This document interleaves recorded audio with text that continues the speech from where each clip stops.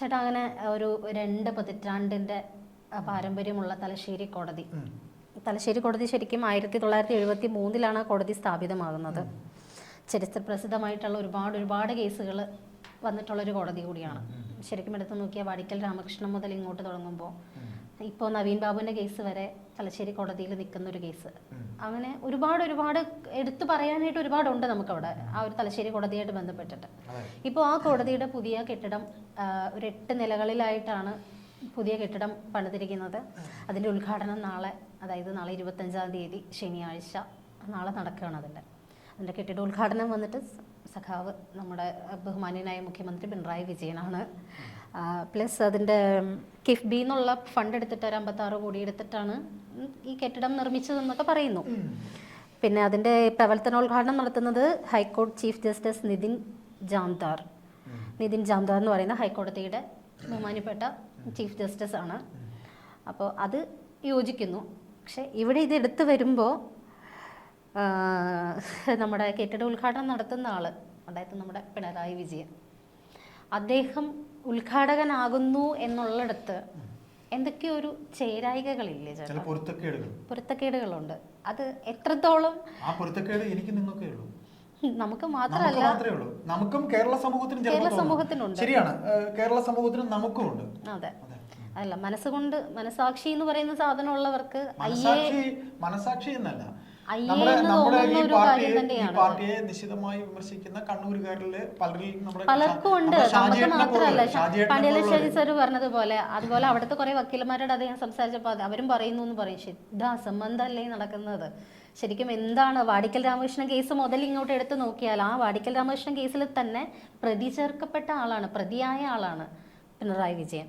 ആ പ്രതി ചേർക്കപ്പെട്ട ആൾക്ക് ശിക്ഷ കിട്ടാതെ പോയത് എന്തുകൊണ്ടാണ്? ശിക്ഷ കിട്ടാതെ പോയത് സാക്ഷി പറയാത്തത് കൊണ്ടാണ്. പ്രോപ്പറായിട്ടൊരു സാക്ഷി ഇദ്ദേഹത്തിനെതിരെ സാക്ഷി പറയാൻ തയ്യാറാകാതിരുന്നത് കൊണ്ട് മാത്രം ആ കൊലപാതക കുറ്റത്തിൽ നിന്ന് പുറത്ത് ചാടിയ ആളാണ് പിണറായി വിജയൻ. അതേ കൊലപാതക കുറ്റത്തിന് പ്രതി ചേർക്കപ്പെട്ട ആള് അതേ കോടതിയുടെ പുതിയ കെട്ടിട ഉദ്ഘാടനം നടത്തുന്നു എന്ന് പറയുന്നിടത്ത് അതിന്റെ പിന്നിൽ വേറൊരു സംഗതി കൂടെ ഉണ്ടാവാം. അതായത് CPM എന്ന് പറയുന്ന പാർട്ടിയുടെ രാഷ്ട്രീയ കൊലപാതകങ്ങളൊക്കെ തന്നെയും പല ഘട്ടങ്ങളിൽ അവർ ഇറക്കിയിട്ടുള്ള ഒന്നുകിൽ കള്ളസാക്ഷികൾ, അല്ലെങ്കിൽ ഈ ഡമ്മികളായിട്ട് ഇറക്കിയിട്ടുള്ളവർ, യഥാർത്ഥ കൊലപാതകികളല്ലാതെ പലരെയും അവരുടെ രാഷ്ട്രീയ കൊലപാതകങ്ങളൊക്കെ തന്നെയും കൊലപാതകത്തിന് അവർ ഒരു പ്ലാൻ നടത്തുമ്പോൾ, അവരൊരു പ്ലാൻ നടത്തി അത് എക്സിക്യൂട്ട് ചെയ്യുമ്പോൾ ആരാകണം അതിലെ പ്രതി എന്ന് വരെ അവർ തീരുമാനിച്ചുകൊണ്ടാണ് ചെയ്യുന്നത്.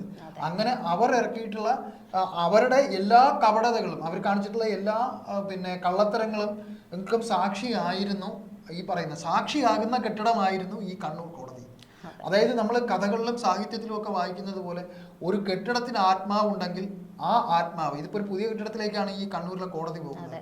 അപ്പോൾ നമ്മളൊരു സാഹിത്യ ഭാഷയിൽ പറയുകയാണെങ്കിൽ ഇത്തരം നിരവധി കള്ളങ്ങൾക്കും കള്ളസാക്ഷികൾക്കും കള്ളമൊഴികൾക്കും സാക്ഷിയായിരുന്ന ഈ മുഖ്യമന്ത്രി പിണറായി വിജയന്റെ വാടിക്കൽ രാമകൃഷ്ണന്റെ കൊലപാതക കേസ് മുതൽ ഇങ്ങ് നവീൻ ബാബുവിന്റെ മരണം വരെയുള്ള നിരവധി കേസുകളുടെ ഇത്തരം കള്ളപ്രവർത്തികൾക്ക്, ഇത്തരം കള്ളത്തരങ്ങൾക്ക് ഒരു വേള നിശബ്ദ സാക്ഷിയായിരുന്നു ആ പഴയ കെട്ടിടം, ആ പഴയ തലശ്ശേരി കോടതി. അപ്പോൾ ആ പഴയ കോടതിക്ക്, ആ കോടതിക്ക് ഒരു ആത്മാവുണ്ടായിരുന്നെങ്കിൽ ഈ കാണുന്ന നമ്മൾ ഈ പറഞ്ഞ കള്ളങ്ങളൊക്കെ കൂടെ ചേർത്ത് ഇവരൊക്കെ തന്നെയാണ് പ്രതികൾ എന്ന് ഇവർക്ക് നേരെ കൈ ചൂണ്ടിയത്. അങ്ങനെയുള്ള വ്യക്തികൾ ആ കെട്ടിടം മാറി ഒരു പുതിയ കെട്ടിടമായപ്പോൾ ആ ഈ പറയുന്ന പ്രതികളായിട്ടുള്ളവർ തന്നെ വന്ന് ഉദ്ഘാടനം ചെയ്യുന്നു, ഉദ്ഘാടിക്കുന്നു എന്ന് തന്നെ പറയാം. അതൊക്കെയാണ് ഈ കാലത്തിന്റെ കാവ്യനീതിയല്ല, കാലത്ത് ഇങ്ങനെയുള്ള ചില പിശാചുക്കളെ കൊണ്ട് കാലം ചില കാര്യങ്ങൾ ചെയ്യിപ്പിക്കും. ചില ചെകുത്താന്മാരെ കൊണ്ടും കാലം ചില വല്ലാത്തൊരു ഉണ്ട്. അതാണ് ഈ കാലം. അതായത് നമ്മളെ ഈ പറയുന്ന പോലെ നമ്മളിപ്പോ പൊയ്ക്കൊണ്ടിരിക്കുന്നത് ഏത് നൂറ്റാണ്ടാണ് നമ്മൾ പറയുമല്ലോ, ചെകുത്താന്മാരെ നമ്മളിപ്പോ പറഞ്ഞില്ലേ, നമ്മളീ പറഞ്ഞ കേസുകളൊക്കെ തന്നെയും അതിനകത്ത് നടന്ന സർവ്വ കള്ളത്തരങ്ങളും സർവ്വ ഡ്രാമകളും ആ കെട്ടിടത്തിന് ഒരു ആത്മാവ് ഉണ്ടായിരുന്നെങ്കിൽ നമ്മളൊരു ഇമാജിനായിട്ട് പറയുന്നത് വെക്കുക, ഒരു സങ്കല്പമായിട്ട് പറയുക. അങ്ങനെയാണെന്നുണ്ടെങ്കിൽ ആ ആത്മാവുള്ള കെട്ടിടം പറയുമായിരുന്നു ഈ കണ്ട ഇവനൊക്കെയാണ് ഇതിലെ പ്രതികളെന്ന്. ഒരുവേള ചിലപ്പോൾ തിരിച്ചു തന്നെ ചോദിക്കണം, ഇതൊക്കെ ചെയ്തിട്ട് നിനക്കൊക്കെ പോകാനും കഴിയുന്നല്ലോ എന്ന് തോന്നും. അപ്പൊ അതെല്ലാം മൂടിവെക്കപ്പെട്ടുകൊണ്ട് എങ്ങനെയാണ് പോയി നാളെ അതിന്റെ ഉദ്ഘാടനം ആ കെട്ടിടത്തിലല്ലല്ലോ, ഇതൊരു പുതിയ കെട്ടിടമാണ്. പഴയ ഉടുപ്പ് എന്നേ മാറ്റി ഐശ്വര്യ, അവർക്ക് എന്നേ ആ പഴയ ഉടുപ്പ് മാറ്റി. അവരൊക്കെ കൊലയാളികളായിരുന്നു നമ്മൾ പറയും. അവര് ഈ പറഞ്ഞ വാടിക്കൽ രാമകൃഷ്ണൻ കൊലക്കേസിൽ പ്രതികൾ സാക്ഷികളില്ലാതെ പോയ എന്തുകൊണ്ടാണ്? പേടിച്ചിട്ടാണ്. അപ്പൊ ഇദ്ദേഹമൊക്കെ ആരാ? ഇപ്പോ പിന്നെ നമ്മുടെ KPC പ്രസിഡന്റ് കെ സുധാകരൻ ഒരു ചോദ്യം പിണറായി വിജയനോട് ചോദിച്ചു, തനിക്ക് നാണമില്ലായിരുന്നോടോ കനൽക്കട്ടയിൽ കാവലാളെന്നും മറ്റൊന്നും ഒക്കെ ഒരു പാട്ടിനിടയിൽ കൂടെ തനിക്ക് നടന്നു വരാൻ നാണമില്ലേടോ എന്ന് ചോദിച്ചു. അത് ചോദിച്ചത് അദ്ദേഹത്തിന്റെ നാട്ടുകാരനാണ്. അദ്ദേഹത്തിനോടൊപ്പം ഒരുമിച്ച് കോളേജിൽ പഠിച്ച ബ്രണ്ണൻ കോളേജിൽ പഠിച്ച ആളാണ്. അല്ല, കെ സുധാകരനും അതിന്റെ അപ്പുറം നമ്മുടെ കണ്ണൂർക്കാർക്കും നന്നായിട്ട് അറിയാം. കെ സുധാകരൻ ഒരു നല്ല നേതാവാണ്. നിങ്ങളൊരു ആവശ്യവുമായി കെ സുധാകരനെ ഒന്ന് കണ്ടു നോക്കണം. എനിക്ക് അനുഭവമുണ്ട്, കെ സുധാകരനെ കാണാൻ പോയ അനുഭവമുണ്ട്. ഞാൻ അദ്ദേഹത്തെ കുറിച്ച് ഒരു ലേഖനം എഴുതാനായി എൻ്റെ പത്രപ്രവർത്തന ജീവിതത്തിൽ ഞാൻ വളരെ ആഗ്രഹിച്ചു കിടന്നൊരു സമയം ഉണ്ടായിരുന്നു. അദ്ദേഹത്തിന് എനിക്ക് പേടിയായിരുന്നു, ഒരു ചെറിയ ഭയം. അന്ന് ഞാൻ വളരെ ചെറുപ്പമാണ്, എനിക്കൊരു ചെറിയ പേടിയും ഭയവുമായിരുന്നു. അദ്ദേഹം ഒന്ന് ജിമ്മിലൊക്കെ പോകുന്ന സമയമാണ്. അദ്ദേഹത്തിന് ഒരു 45-50 വയസ്സേ വരത്തുള്ളൂ. അന്ന് പ്രതിപക്ഷത്തിലുള്ള ഒരു MLA ആണ് അദ്ദേഹം. അപ്പോൾ ഇദ്ദേഹം സ്ഥിരം ഭക്ഷണം കഴിക്കാൻ വരുന്ന ഒരു ഹോട്ടലിൽ കഴിച്ചുകൊണ്ടിരിക്കുമ്പോൾ ഞാൻ എൻ്റെ കൂടെ വന്ന ഫോട്ടോഗ്രാഫർ എടുത്ത് പറഞ്ഞു, എനിക്കൊരു പേടി അങ്ങനെ ഇടിച്ചു കയറി ചോദിക്കാനായിട്ട്. ഞാൻ ഒരു തവണ ഒന്ന് അദ്ദേഹത്തിനെ ഒന്ന് പാളി നോക്കിയത് അദ്ദേഹം എന്നെ കണ്ടു. രണ്ടാമത് ഒരു ദിവസം ഞാനിങ്ങനെ നോക്കാനായി വരുമ്പോൾ എന്നെ കൈ കാണിച്ച് വിളിച്ചു, ഇങ്ങോട്ട് വിളിച്ചു. എന്താ പറയൂ കാര്യം, ഞാൻ ശ്രദ്ധിക്കുന്നുണ്ട്. കാര്യം അദ്ദേഹം വന്ന് CPMന്റെ ഗുണ്ടകളാൽ ആക്രമിക്കപ്പെടുന്ന സമയമായിരുന്നു. അപ്പൊ അദ്ദേഹം വിചാരിച്ചു ഞാൻ വേറെ ഏതോ കാര്യത്തിന് ഞാൻ എൻ്റെ കാര്യം അവതരിപ്പിച്ചു. അദ്ദേഹം എൻ്റെ അടുത്ത് പറഞ്ഞു, ഞാൻ ഏറ്റവും അടുത്ത ദിവസം ഇന്ന സ്ഥലത്തുണ്ട്, ഞാൻ താമസിക്കുന്ന സ്ഥലം ഇന്നാണ്, അല്ലെങ്കിൽ ഞാൻ ഒരു ജിമ്മിൽ പോകുന്നുണ്ട്, അവിടെ വരാൻ പറഞ്ഞു. ഞാൻ കാണാൻ പോയി. അദ്ദേഹം എന്നോട് ഞാൻ അന്ന് വരെ കെ സുധാകരൻ എന്ന് പറഞ്ഞ വ്യക്തിയെ കണ്ടിരുന്ന അതെല്ലാം മാറ്റി അദ്ദേഹം സംസാരിച്ചപ്പോൾ എനിക്ക് ഇഷ്ടം കൂടുക. എൻ്റെ രാഷ്ട്രീയം, എൻ്റെ മനസ്സിൽ എനിക്കുള്ള രാഷ്ട്രീയം വേറെയാണ്. പക്ഷേ എങ്കിലും ഞാൻ അദ്ദേഹത്തെ ഇഷ്ടപ്പെട്ടു. അത് കെ സുധാകരൻ. ഇതല്ല. കെ സുധാകരന്റെ മുന്നിൽ ഇന്നും പിണറായി വിജയൻ നിൽക്കുമ്പോൾ മുട്ടടിക്കുമെന്ന് തന്നെ ഇവിടുത്തെ കേരളത്തിലെ ആൾക്കാർക്കറിയാം. ഈ പറയുന്നതൊക്കെ വെറും വീമ്പ് പറച്ചിലാണ്. കോളേജിൽ മറ്റേ കത്തികൾക്കിടയിൽ കൂടെ നടന്ന അതേപോലെ അദ്ദേഹം നമ്മൾ ചർച്ചയിൽ തന്നെ പറഞ്ഞിട്ടുണ്ട്, അദ്ദേഹം ഈ പറയുന്ന പോലെ രജനീകാന്ത് സിനിമകളുടെ ഒക്കെ ഒരു ആരാധകനാണ്. അദ്ദേഹം ഈ പാട്ടിന്റെ അകമ്പടിയോടെ നടന്നിങ്ങനെ വരുമ്പോഴത്തേക്ക് അദ്ദേഹത്തിന്റെ മനസ്സിൽ BGM വേറെയാണ്. ഏതോ സ്ക്രീനിൽ താൻ ഇങ്ങനെ 70mm സ്ക്രീനിൽ താൻ നടന്നു വരികയാണെന്നാണ് അദ്ദേഹം ധരിക്കുന്നത്. തനിക്ക് നാണയില്ലെന്നാണ് കെ സുധാകരൻ ചോദിച്ചത്. അതുകൊണ്ട് ഇദ്ദേഹത്തിനൊക്കെ എന്ത് മനസാക്ഷി? VS ജീവിച്ചിരുന്നപ്പോൾ VS പറഞ്ഞിട്ടില്ലേ ഇതിനൊക്കെ? VS പറഞ്ഞിട്ടുണ്ട്, ഈ പാർട്ടിക്ക് ഇതേപോലത്തെ അഭിനവ ഗോർബച്ചേവുമാര് ഈ പാർട്ടിയെ കുഴിച്ചു മൂടും.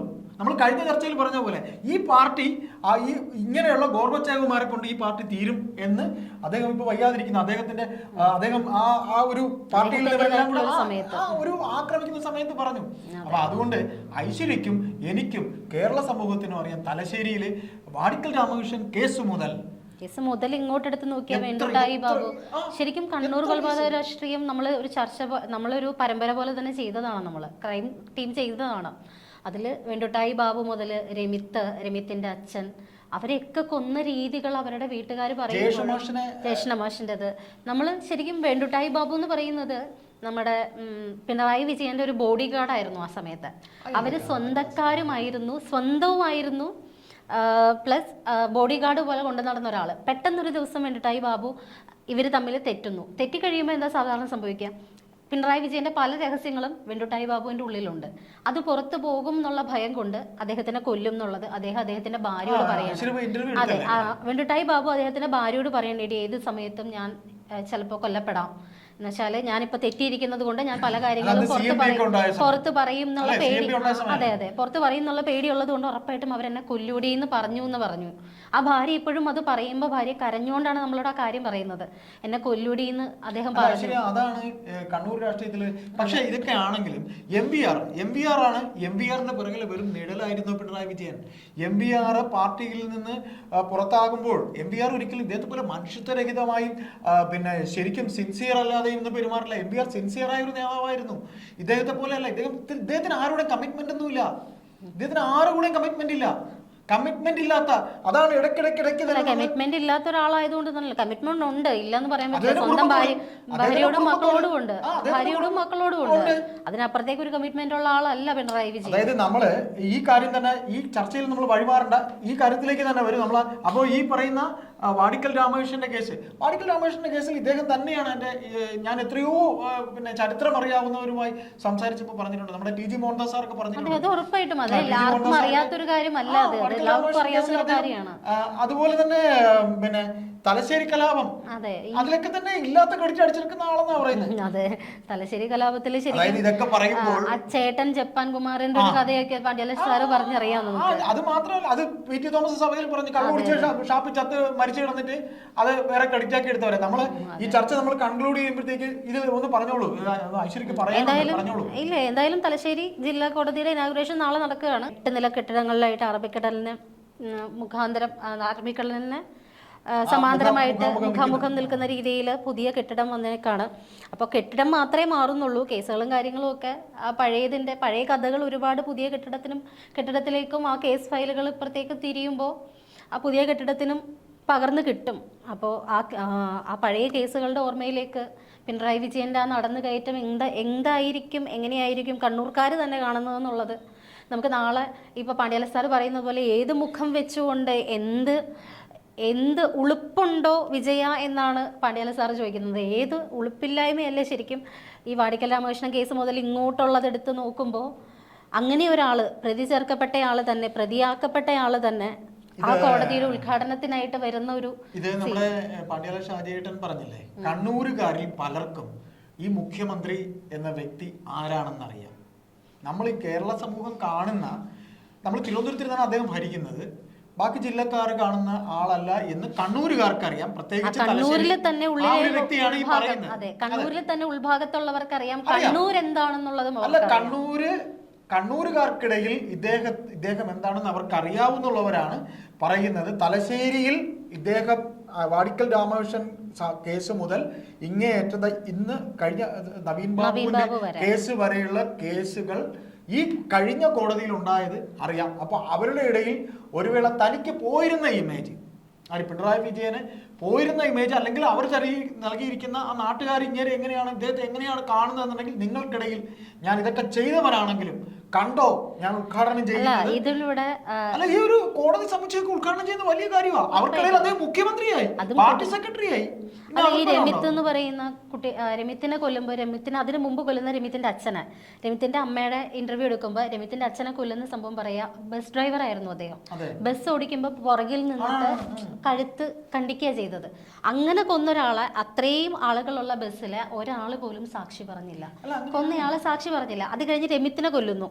രമിത്തിനെ കൊന്നു കഴിഞ്ഞിട്ട് അന്നത്തെ ദിവസം, സാധാരണ നമ്മുടെ അടുത്തൊരു മരണം നടന്നു കഴിഞ്ഞിട്ടുണ്ടെങ്കിൽ ആ അടുത്തുള്ള കടകളൊക്കെ ഒന്ന് അടച്ചിടും, എല്ലാവരും മരണത്തിന് പോകും. അന്ന് പിണറായി വിജയൻ അവിടെ ഭീഷണിപ്പെടുത്തിയെന്ന് ആ രമിത്തിന്റെ അമ്മ പറയുന്നത്, ഏതെങ്കിലും ഒരുത്തൻ കടയടച്ചു കഴിഞ്ഞാൽ, ഇന്നിവിടെ കടയടച്ചു കഴിഞ്ഞാൽ നാളെ മുതൽ ഇവിടെ ആ കട ഉണ്ടാവില്ലെന്നാണ് പറഞ്ഞത്. അപ്പോൾ ആ രമിത്തിന്റെ മൃതശരീരം കാണാൻ പോകാൻ പോലും ഒരാളെ സമ്മതിക്കാത്ത രീതിയിൽ അവിടെ ഒന്നും സംഭവിച്ചിട്ടില്ല എന്നാക്കിക്കൊണ്ടാണ് രമിത്തിന്റെ മരണ ദിവസം പോലും ആ കണ്ണൂര് കടന്നുപോയത്. അത്രയ്ക്ക് പേടിയാണ് ഈ മനുഷ്യനെ കണ്ണൂരുള്ളവർക്ക്. ഏതായാലും നാം ഈ പറയുന്നത്, നമ്മൾ ഈ സംസാരിക്കുന്ന ഈ ചർച്ച കെ സുധാകരൻ എന്ന നേതാവ് കൂടി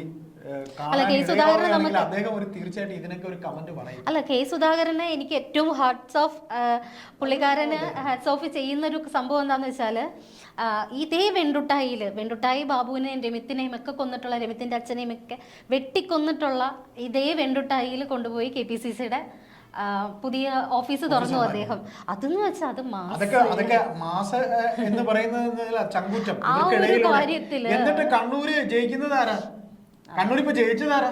മട്ടന്നൂർ തുടങ്ങിയിട്ട് അത് രമിത്തിന്റെ അമ്മ പറഞ്ഞൊരു ഡയലോഗുണ്ട്, എങ്ങനെയെങ്കിലും ജയിച്ചു കഴിഞ്ഞാൽ പണ്ടാരം പൊയ്ക്കോളുമല്ലോ ഇവിടുന്ന് തലസ്ഥാനത്തേക്ക്, പിന്നെ ഞങ്ങൾക്ക് കാണാൻ. സുധാകരൻ ഇപ്പൊ ലോക്സഭയിൽ ജയിച്ച കാര്യം പറഞ്ഞതാ. മറ്റു ജയിച്ചത് ഇദ്ദേഹം ജയിച്ചെന്ന് പറഞ്ഞാൽ ഈ പറഞ്ഞ പോലെ ചിലപ്പോ വോട്ട് ചെയ്തില്ലെങ്കിൽ വോട്ട് ചെയ്ത് എങ്ങനെയെങ്കിലും അങ്ങോട്ട് പൊയ്ക്കോട്ടെ, പിന്നെ ഞങ്ങൾ കാണണ്ടല്ലോ എന്നാ പറയുന്നത്. അതിന് വേണ്ടിയിട്ടെങ്കിലും പൊക്കോട്ടെ. ചിലപ്പോ ജയിച്ചില്ലെങ്കിൽ ഇവിടെ അതിലും കൂടുതൽ പ്രശ്നങ്ങൾ അവരുണ്ടാക്കും. അതിന് വേണ്ടിയിട്ട് ജയിപ്പിച്ച് വിടുന്നതാണ് കഷ്ടകാലത്തിന് നമ്മുടെ ഗതികേട് കൊണ്ട് ജയിപ്പിക്കുന്നതാണ് രമിത്തിന്റെ അമ്മ. ഈ പിരിവിന് ചെല്ലുമ്പോഴും അവർ പറയുന്നത്, കൊടുത്തു വിടുന്നത് എങ്ങനെയെങ്കിലും പൊക്കോട്ടെ, ഇവന്മാരുമായിട്ട് പിന്നൊരു തർക്കത്തിന്.